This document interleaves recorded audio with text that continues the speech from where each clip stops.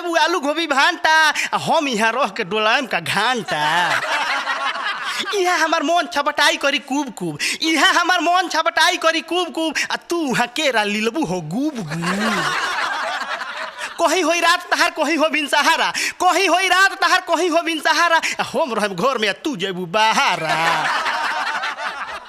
केहू से कहेलू हमार निक नइखे पति, केहू से कहेलू हमार निक नइखे पति आ कावना गुण पर तहारा के बूझी हम सती।